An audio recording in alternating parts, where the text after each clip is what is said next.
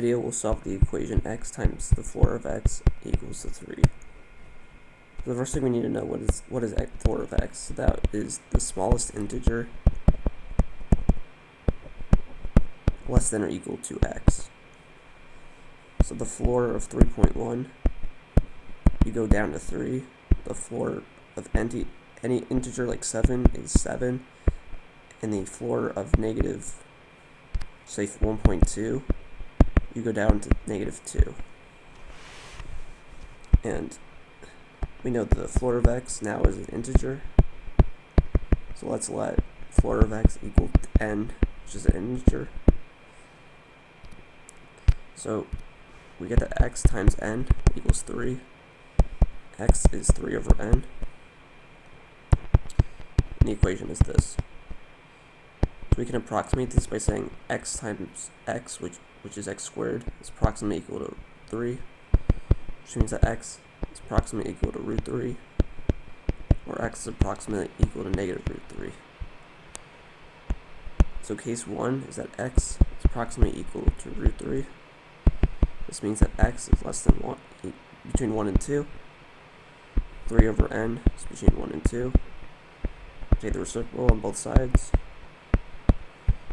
Multiply by 3, so you get n between 3/2 and 1, and not 1, 3. So this means that n equals 2 because 2 is bigger than 3/2. And we check n equals 2. So that would be x equals 3/2. The floor of x, the floor of 3/2, which is the floor of 1.5, which is 1. So x times 1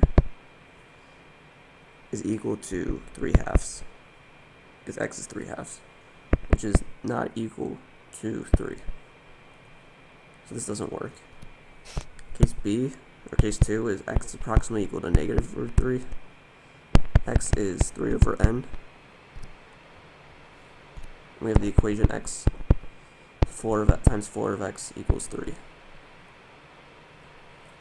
And we know that x, because it's -√3, so it's between -2 and -1. So 3 over n is between -1, -2.